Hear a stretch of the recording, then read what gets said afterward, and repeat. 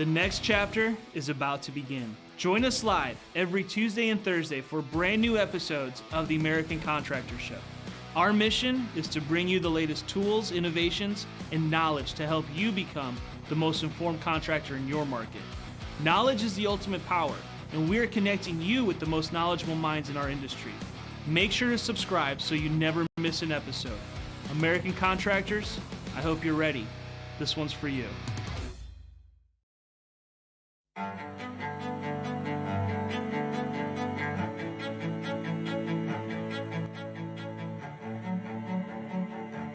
This is Larry Bache with the Merlin Law Group, helping policyholders for more than 30 years.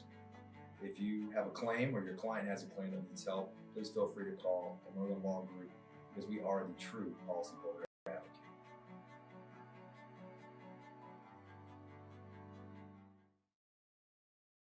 C3 was eager to help us, and even whenever we weren't giving them work, they were still eager to give advice. The things that they were putting out for the for changing from DMO to RFG and giving that to the industry and not charging anything for it, I thought was really cool.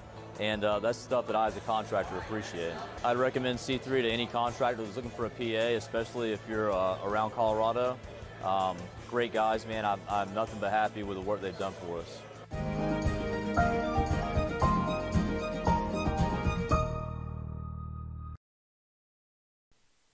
Good Wednesday afternoon, everybody. Lead meteorologist John Choquette here for our daily forecast, sponsored always by C3 Group, Merlin Law Group, and RS Settlement and Balance Claims. They're in the description below. Go check them out. We're going to jump right into those weather headlines. Probably the main reason a lot of you guys are even watching today. It looks like there's a chance that the DFW Metroplex and places to the south all the way down to San Antonio could see some large hail today, possibly to, I think, National Weather Service in Fort Worth sent out a tweet saying sporting goods store size hail, so we'll break that down for you guys. And this is all just a lead-in for tomorrow, where it looks like we might have another major tornado outbreak potential in areas exactly the same as this time last week, where the southeast could see some intense tornadoes, some hail, strong winds. So conditions are looking ripe. It's looking kind of scary for tomorrow. We'll break that down as well. And finally, this is going to be going away by next week. We have till Sunday. Vote for Hail Trace for Vendor of the Year for the Wind to Storm Awards. The link is in the description below, regardless of what platform you're watching us on. And it is coming up next week. It's going to be March 31st, April 2nd. Come check us out at New Orleans Convention Center if you don't already have tickets to Wind the Storm. If you're heading off to that, Derek is going to be doing a breakout session during Wind the Storm. I don't know which day specifically, but the award ceremony is on April 2nd at the end there. So go out there, vote for us. You got till Sunday, and we greatly appreciate any votes we get. So into the meat and potatoes, what we had yesterday, not too much, a couple wind reports, one little tornado, I think a funnel cloud or something, maybe barely a tornado. So that brings up our storm report totals. We had 1 yesterday, 0 hail, 9 high wind reports. So overall, 111 for tornadoes, 301 large hail reports, and 445 high wind reports. I think in the next 48 hours, these numbers probably go up quite a bit, especially on the tornado, hail, and all three of them really could see some intense storms over the next couple days here. Current conditions across the area that we're really focusing on the risk here in Texas. Got some showers forming just to the east of San Angelo here, right along I-20. This is kind of streaming off to the north as we have quite a bit of moisture return happening over by in the central Texas region. And this will slowly move off to the east, and that's what's going to trigger that potential for some storms this afternoon across the Metroplex. And temperatures, getting nice and warm already, 67 degrees in Dallas, 69 in Houston, 68 in Atlanta. And with that, you're also getting some humid air moving in. The dew point right now is 43 in Dallas. But notice here, all this green, that's 60-degree dew points and higher. You can see the 61 San Antonio, 64 in Houston, 70 in Corpus Christi. And that's all streaming north pretty quick. You're going to notice things are going to get more muggy as we move through the afternoon. And pretty much it's going to be with a warm front, and it's going to be the boundary for where we might see a pretty intense storm root itself this evening. So if it's setting up pretty much right over the Metroplex, which a lot of the models are showing, that would be a good sign that we could be seeing some bigger hail possibly in the DFW Metroplex this evening. Looking at that future radar here, you can see storms forming. Some of the stuff streaming to the north might not necessarily be big storms, but more just the model kind of really indicating that we have a lot of that moisture return. But you see these storms off to the west. This is what we're going to be watching moving into the dinner time hours here. This is at 6:30. Notice as we move towards the DFW Metroplex, all these little storms could have some big hail. And don't focus too much on the exact location, more just general trends of storms moving through after about 5 p.m. in Dallas, and then going later into the evening as we move further south, where you have all that really good moisture, that good instability already in place.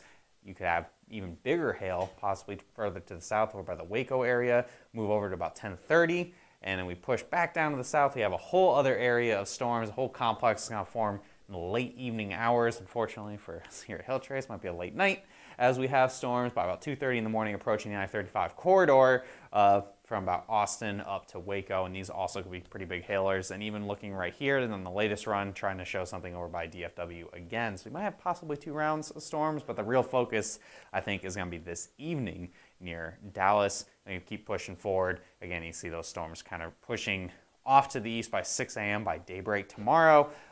Hail potential will probably start going down as they turn more into a line of storms late in the overnight hours. Significant hail model, what are we looking at here? Possible hail size. From what this model is showing by 6 p.m., it's showing a hail anywhere in here. That's up to golf ball, maybe a little bit bigger size hail. Bring it right up to the southern Dallas area. It's trying to figure out where that warm front's going to go. If you get that moisture all the way up to Denton, then all the metroplexes at play, I'm thinking around I-20 points south is probably your better chance, across DFW specifically. And as we move towards the evening hours, possibly some real big hail off to the west of San Antonio late tonight. I kind of might have underplay a little bit what we're expecting. Maximum hail size today, I think we could see up to tennis ball size hail. Whether or not that's in Dallas is the big question. We could see definitely south of Dallas some pretty big hail, possibly even upwards of baseball size is possible. But for DFW specifically, I'd say your maximum potential is about tennis balls. City forecast for Dallas specifically between 5 and 8 p.m. is what we're looking at for that timeline. Maximum hail size, again, tennis ball size hail is what we're expecting for the maximum possible hail size. That would be south of I-20 in the DFW Metroplex. Moderate chance of at least quarters, possibly even high chance. We got kind of see might have an update later on this afternoon. Moderate chance, again, that golf balls are larger. I think if there is a storm that moves through DFW this evening, it'll likely have hail ping pong ball size or larger. So what's that overall forecast for today outside of just Dallas? And we can see here we actually have a chance for some storms. This is going to be late tonight across Mississippi and Alabama, parts of Louisiana and Arkansas, where as we're kind of getting ready, everything primed for tomorrow, we could see some marginally severe hail as storms are racing to the north with the instability. But the main focus here in the red, that's where you have anything upwards of tennis ball size, and we move in, and you can see from San Antonio to Dallas-Fort Worth, all the way out east to Texarkana, all at that moderate chance for that hail. I got below chance San Antonio only because the trends have really kind of kept most of the storm activity from probably about San Marcos points north, and you could have an isolated storm move down towards San Antonio, but right now, low chance, but high, I guess high risk, high reward type situation in San Antonio.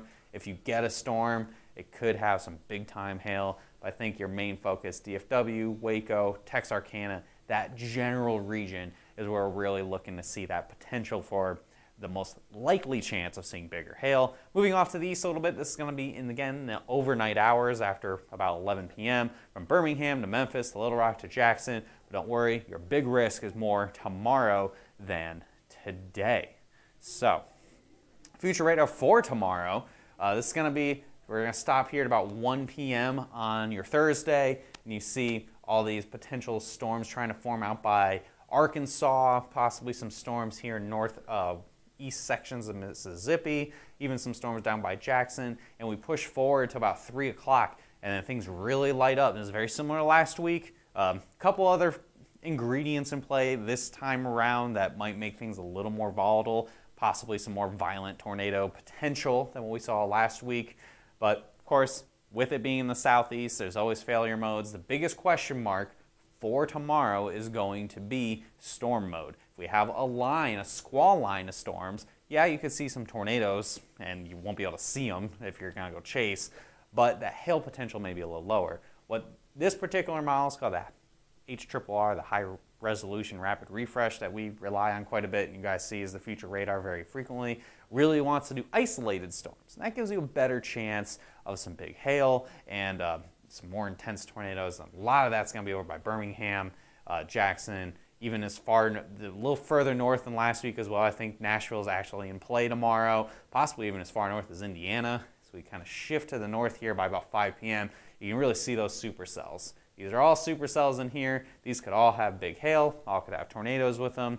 So again, another day tomorrow, just like last week. We had a high risk last week. We could potentially see that again tomorrow, this week.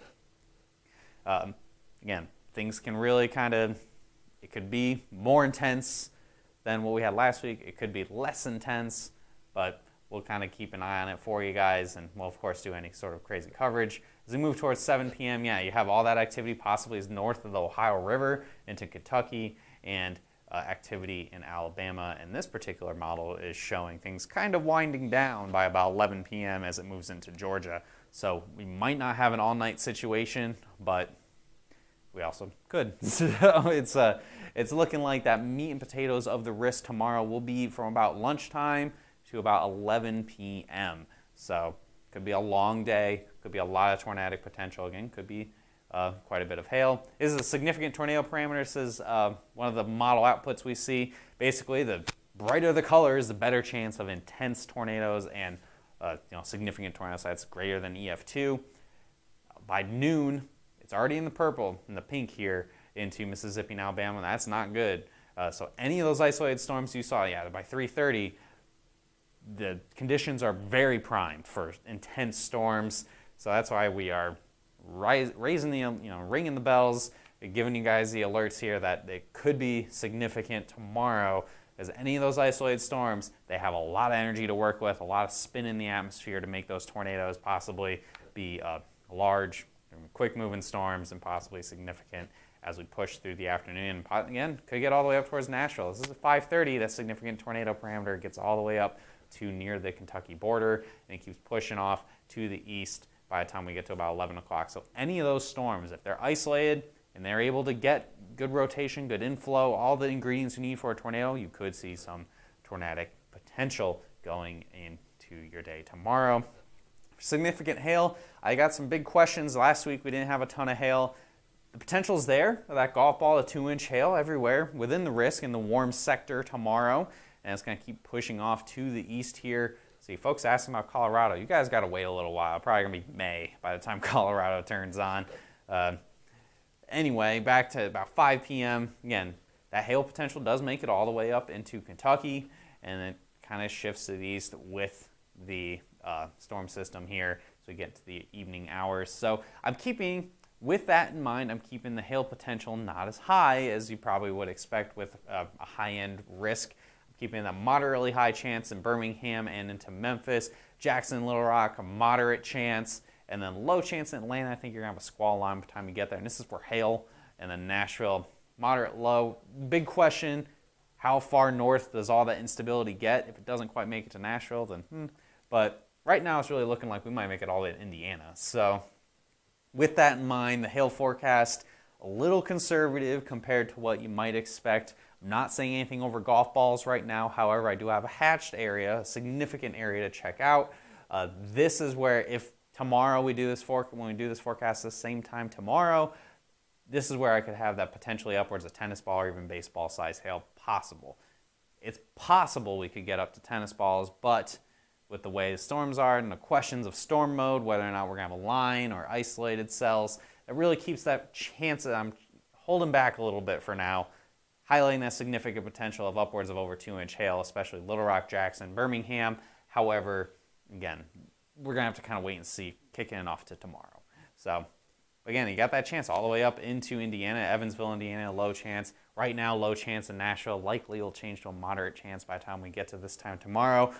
Based on what we're seeing, hell, we might actually have storms ongoing by this time tomorrow. So we might be doing dual live coverage with our forecast The tornado and wind potential, I'm a little more aggressive with this. So this is anywhere you can see those gusts upwards of 70, all the way up into Ohio. Where we have the hatching area, that's my most significant area where I think the tornadic potential is, especially for the strong tornadoes. Jackson, Birmingham, yeah, ringing those alarms. Got the high chance for the tornado potential that could be intense. So, of course, do all the prep you need now to be ready for that possibility of a tornado warning in your area. We did this last week, doing it again now. So you guys should be ready to roll here. Moderate chance Memphis, low chance Nashville. I think the tornado chance when you get probably north of the Alabama and Mississippi and Tennessee borders gets a little fuzzier until we have tomorrow, and then possibly even as far north as Cincinnati. And I do have a moderate chance in Atlanta, even if it is a squall line. Again, you can still get tornadoes in a squall line. There's little spin-ups. They're usually rain-wrapped and really hard to see. So a lot to talk about here, guys. Hopefully we will be back for live coverage later on today for any storms that move through DFW Metroplex or other cities along the I-35 corridor here in Texas.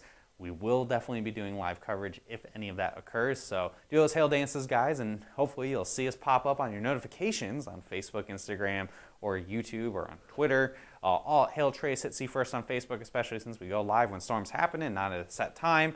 And you can give us a call at 855-334-4245. Any comments, questions, or concerns you may have, you want to get set up with Hail Trace so you guys are ready to roll if we do get a big hailstorm tonight. And info@hailtrace.com if you're not a fan of talking on the phone. Get those alerts set up on your Hail Trace app as well, and it lets you know when we're live. And then hailtrace.com for more details. Question about KC, Kansas City on Friday. I didn't have time, honestly, to get a forecast together for Friday. We got a lot to talk about today and tomorrow. But Friday, yes, there is a chance for some marginally severe hail, possibly in the Kansas City area. We'll get a forecast update for that tomorrow, but we really wanted to focus on the next 2 days here, and I try to get on to the video at about noon. So again, we'll probably be back later. Hopefully, I'm sure you guys are hoping that we'll be back later for some live coverage. If not, then we'll see you tomorrow at 12 p.m. Central Time like we do every single day. Have a good day, everybody.